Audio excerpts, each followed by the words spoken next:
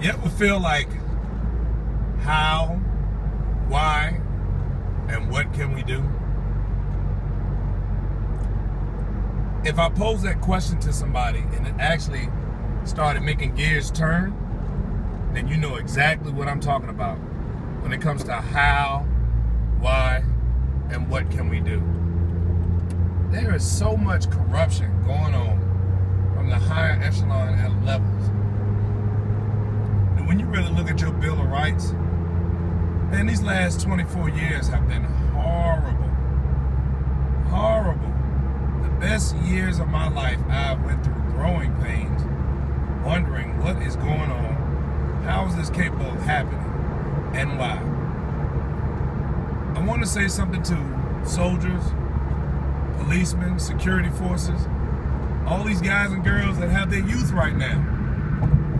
What happens when you get young? What happens when you become a citizen again? And I'm pretty sure a lot of them will say, well, I've got my carry concealed license. Yeah, that's true. And I will say that as crime gets better, notice I didn't say worse. Crime gets better.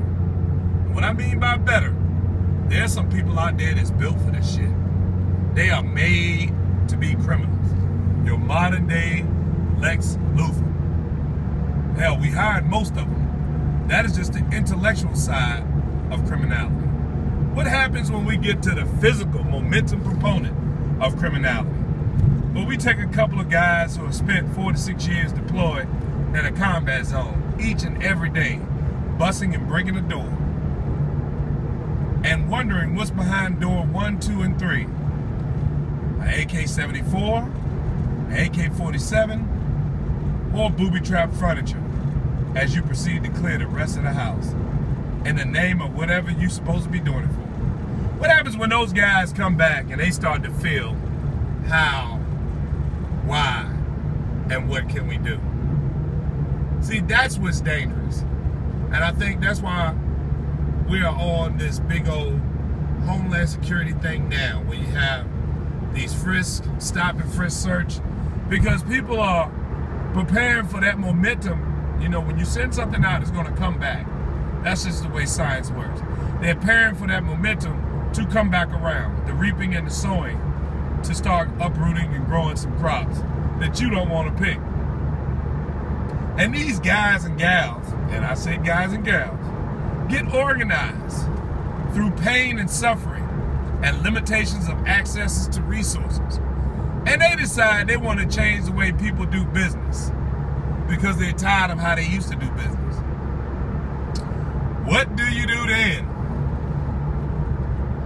Having a concealed carry permit is not going to help when people start to hit neighborhoods and sack them within the hundreds and the hundreds. Pretty soon they're going to realize that they have torn their neighborhood up so much, they have ripped through the people that live around them so much, that there's no more pillaging left in that area that they're in. And they're going to become mobile. And when they become mobile, they're going to pretty much say, fuck the National Guard, fuck the Army, fuck the state trooper, and fuck the police.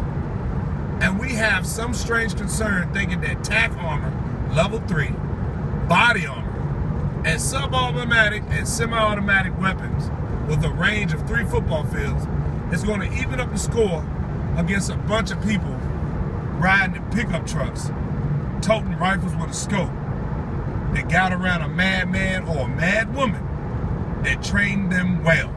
That's some scary shit. You know, so for all of us that say we done made it out the hood finally, and the hood come and find you in your neighborhood, and it's not gonna be in the time where you're in your prime. I think it's gonna be like in the 40s and 50s. That's why the first thing I said, that those of us who have lived in the security one, we're thinking we still gonna be just as quick as we are overseas as we are in our elderly time. Now I know there's a lot of guys out there that can pull out a 6 and pull out a Glock 44, 9, 38, and just, you know, go ham on some cans and some metal targets. But I will say this, some of the best shooters in the world in the United States have never been in a firefight. Never been in a firefight. Let me tell you something about being in a firefight. You start to realize you get good at that shit. It's not just luck. It's timing, synchronization, suppression, movement, coordination, hand, eye, and sound contact signals that allow you to be objectified by the goal. Now, if you're a person of the law or some shooting enthusiast, a person who trains people how to get their license and teach them how to shoot, you need to ask that motherfucker one question. How many people have you killed in your life? If they freeze up going, chances are they can only show you the educated side of shooting. They can't give you the knowledge side of shooting. Breath control, taking good steps, never putting your feet on a surface that's not balanced enough for you to get a good aim and trajectory onto the target that's trying to kill your ass too. All I'm simply saying is, as the digital era comes in and YouTube stays online, people are downloading a lot of things. They're downloading, and I see this because I work with kids a lot. And, you work with kids and you see little things on their phone and you're like, what the hell are you doing with a military manual? Why are you looking at a PDF? You would expect kids to have stuff on their phone, and when I say kids, I'm talking about 12 to 16. That are wise enough to come in and listen to what an old bastard got to say. But when you see PDFs and manuals on their phone and you looking like, oh, that ain't nothing. But then you lay down on it, you look at it, and you're like, why would a child have that? I mean, you would expect like a game or some naked pictures.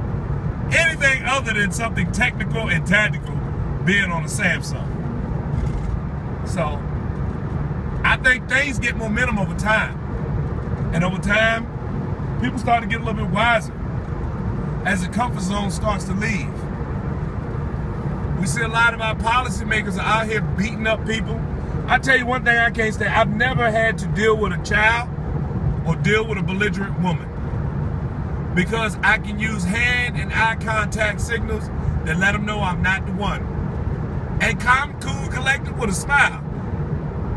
But there's these guys out here and these women out here who feel that they can put their hands on a child and feel that they can put their hands on a woman, and that energy is not going to come back to haunt them or haunt their children. See, I do what I do because I don't want nothing to come get me, my wife, or my children. You catch me slipping, you catch me slipping. You ain't going to catch me slipping deadly wise. Might get a nick or two here because my communication style has failed me. But when you look at how some of these police officers be hitting these 120-pound white girls, black girls, Hispanic, Mexican women, man, I'm trying to tell you, that's not a good side to be on. It's one thing you be fucking up a man. Well, man, we can take a little ass whooping and we like, you know what? I'm good. I ain't fucking with no cop. But women, they're on a whole new different frequency. You talk about a woman that births a child, a person that makes life, and for that fact that she has a husband, she has children, she has a life, she has a job, and you had a right to put your hands on her, oh, she gonna get you home. Let me tell you about the scorn and the vengeful nature of a woman. And a lot of you ladies out there in uniform are side with some of these knuckleheads you call partners. They're gonna get you fucked up. You have to take for the fact that everything you do is professional. Because kinetic energy is professional and unprofessional. When it comes, you might not be ready for it. All of us put our boots on the same way.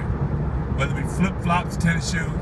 And you gotta understand that everybody on this planet wants the same stuff. Safe home, safe life, love, trust, the ability to flourish, save a little money, and eat, and sleep, and comfort. Everybody wants the same shit. Some of us want even more. Some of us want so much money, we don't even know how much money that is. They done went past gazillion, trillion, zillion, and I made up some new shit, probably in another language. All I'm simply saying to my ladies and men in uniform, be careful. Be careful on who you decide that you want to prove that you're tough. And the reason why I put that on that scale, because a lot of y'all have never been in a firefight. You've never had an AK-74, AK-47 spit. You've never had 7.62 30-06 go whizzing past your ass and make a big nasty hole in something called American-made vehicles. I want you to really be careful about what you wish for, because bullets cause respiratory issues, circulation issues, the ability to walk properly, the ability to think, to chew food, swallow. I mean, bones don't have anything when it comes to bullets. Blood ain't got nothing when it comes to bullets. And your body, that's 4 B's that don't get along. Just be wise and think about what you're doing when you're doing it. Stop being so quick to offend somebody or make them feel that their value is less than what you think it is. What you think it is. Times out here are tough. Sometimes try to see yourself in that person. And even though you may have been brought up some certain way, try to see what that person's pain is, why they can't. It's worked for me. It has worked for me. I've reasoned with people from Bosnia, Kosovo, Kuwait, Iraq, Afghanistan who couldn't speak a lick of English. But they kind of, not because of my size, but they seen I had sincerity. It don't matter whether I had 3 firearms on, I was sincere. And when you have somebody that's heavily armed and they're sincere, when they're wearing a mask with skull and crossbones, you really want to just say, well, shit, I didn't know this motherfucker was like this. You know, good little handshake and say, hey, I ain't here for no start, no shit. I'm just here to stop some shit. I'm here to stop some shit that really is some shit that needs to be stopped. So other than that, you ain't even got to worry about my exterior, homie. Just worry about my interior. Let's look at my eyes. Yep, that's right. You're looking at a dad husband, you know, a leader of society that wants to live another day. I don't want to infringe on you. You shouldn't infringe on me. Now, people probably listen to this like, oh, that motherfucker punk. Like I said, look in the mirror and ask yourself, have you ever been in a firefight? Have you ever had to evade 17 rounds of a damn AK-47 and draw your knife? Have you ever had to do that? Ask yourself, have you ever been clipped and grabbed because somebody missed the room and you had to make room in that room of what little room you had? Everybody wants the same thing out of life regardless. Someone may want it faster than others. Someone may want it on a smaller, more minute level than others.